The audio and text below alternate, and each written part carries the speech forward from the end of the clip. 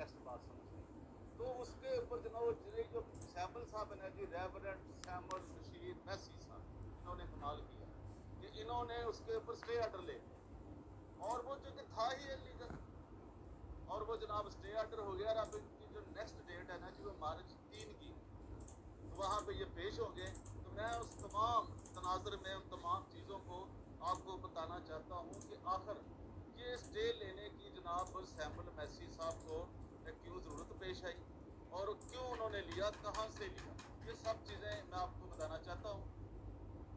یہ جناب جنہوں نے اسٹے لیا ہے, اسٹے آرڈر, یہ یو سی ایچ کے ایڈمنسٹریٹر کے اوپر ہم کاند بھیج چکے ہیں, اس کے اوپر سہیل خورشید کے اوپر, کہ وہ کس طرح کا گھٹیا آدمی ہے.